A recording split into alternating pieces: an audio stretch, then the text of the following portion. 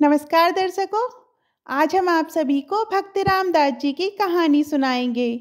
गुजरात में एक गांव है जिसका नाम डाकोर है। वहाँ से रामदास जी नाम के एक भक्त रहते थे।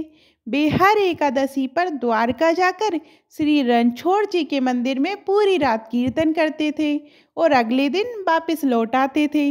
जब वे वृद्ध हो गए तो भगवान ने उनसे घर पर ही कीर्तन करने को कहा, परंतु उन्होंने ठाकुर जी की ये बात नहीं मानी।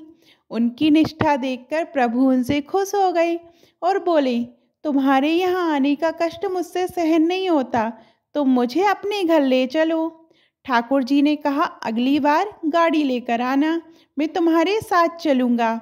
इस पर रामदास जी बोले, प्रभु मैं तो बूढ़ा हो गया हूँ और आप तो नवकिशोर हैं, मैं आपको कैसे उठा पाऊँगा। और फिर हर रात आपके मंदिर के बाहर ताला भी लग जाता है, ये कैसे संभव होगा। प्रभु मुस्कुराए और बोले, मैं मंदिर के पीछे की खिड़की खोल दूंगा, तुम मुझे वहाँ से ले जाना, मैं तुम्हारे लिए फूल जैसा हल्का हो जाऊंगा, तुम बस अगली बार गाड़ी ले आना, मैं तुम्हारे साथ चलूँगा। अगली बार रामदास जी ठाकुर जी को ले जाने के लिए बैलगाड़ी ले आए। सब लोग देख रहे थे, ये तो हर बार पैदल और नंगे पैर आते थे, लेकिन इस बार वे गाड़ी से आए हैं। लोग सोचने लगे कि शायद वे बूढ़े हो गए हैं, इसलिए बैलगाड़ी से आए होंगे। रामदास जी मंदिर के पीछे गए, जहाँ ठाकुर जी ने पहले से ही खिड़की खोल दी थी।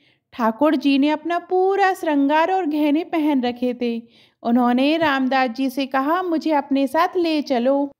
रामदास जी ने निवेदन किया, प्रभु आप ये सारे गहने उतार दीजिए, ये सब आपके पुजारियों के काम आ जाएगा और मुझे तो वैसे भी आपको ले जाने में डर लग रहा है, कृपया आप आभूषण यहीं छोड़ दीजिए। भगवान सारे आभूषण उतार कर मंदिर में फैला दिए। इसके बाद उन्होंने कहा, मुझे अब अपनी गोद में ले लो। ठाकुर जी फूल जैसे हल्के हो गए थे। रामदास जी ने उन्हें गोद में उठाया और बैलगाड़ी में बिठा लिया। फिर वे डाकोर की ओर चल दिए। जब रणछोड़ जी के पुजारियों ने अगले दिन मंदिर खोला तो देखा कि मंदिर में हर जगह आभूषण फैले हुए थे और ठाकुर जी तो वहाँ नहीं थे। उन्होंने खुली हुई खिड़की देखी और समझ गए कि जरूर वह बैलगाड़ी वाला भक्ति ठाकुर जी को ले गया होगा। सभी पुजारी घोड़ों पर सवार होकर भाला बर्छी लेकर ठाकुर जी को ढूंढने निकल गए। उन्होंने रामदास जी को ढूंढ लिया और उनका पीछा करने लगे। रामदास जी ने ठाकुर जी से कहा, प्रभु ये तो हमारा पीछा कर रहे हैं, अब हम क्या करें। पास ही एक तालाब था। ठाकुर जी ने रामदास जी से कहा, मुझे इस तालाब में छुपा दो। रामदास जी ने ठाकुर जी को तालाब में छुपा दिया। ठाकुर जी के पुजारी उन्हें ढूंढते हुए रामदास जी के पास आए और उनसे ठाकुर जी के बारे में पूछने लगे। जब रामदास जी ने कुछ नहीं बताया तो वे उन्हें भालों से मारने लगे। जब पुजारियों की नज़र तालाब की तरफ पड़ी तो वहाँ से खून बहता हुआ दिखा। वे सभी दौड़ते हुए तालाब की ओर गए। उन्होंने देखा कि ठाकुर जी जल में खड़े थे और उनके शरीर पर भालों के घाव थे जिनसे खून निकल रहा था। पुजारियों ने ठाकुर जी से वापस चलने को कहा। ठाकुर जी ने उनसे कहा, तुम जैसे निर्दयी लोगों के साथ मैं वापस नहीं चलूँगा, मैं तो रामदास जी के साथ जाऊँगा। पुजारियों ने ठाकुर जी से कहा, प्रभु आपकी वजह से जो धनराशि मिलती है उसी से तो हमारा जीवन चलता है।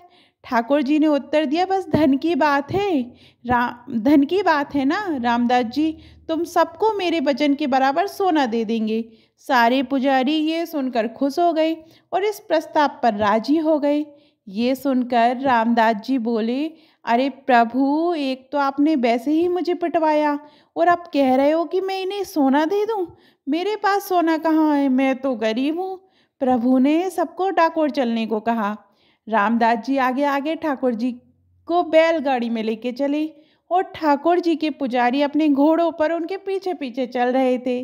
डाकोर पहुंचने के बाद ठाकुर जी ने रामदास जी से कहा, एक तराजू ले आओ और उसकी एक तरफ सारा सोना रख दो। ठाकुर जी खुद तराजू के एक तरफ बैठ गए। रामदास जी ने कहा, प्रभु हमारे पास तो सोना है ही नहीं।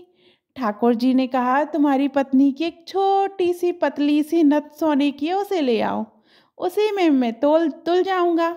उसी में मैं तुल जाऊंगा। जैसे ही रामदास जी ने वह सोने की नथ तराजू के दूसरे पलड़े में रखी तो वह पलड़ा भारी हो गया।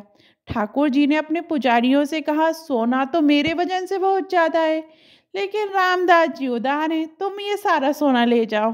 पुजारियों ने उनसे कहा, प्रभु हमारे साथ ऐसा ना करें। ठाकुर जी ने उत्तर दिया, मैं रामदास जी को छोड़कर जाने वाला नहीं हूँ। तब प्रभु ने अपना दूसरा स्वरूप प्रकट किया और अपने पुजारियों को साथ ले जाने के लिए दिया। श्री रणछोड़ जी रामदास जी के घर में ही विराजे। इस प्रसंग में भक्ति का प्रताप प्रकट होता है। भक्त के शरीर पर पड़ी चोट को प्रभु ने अपने ऊपर ले लिया।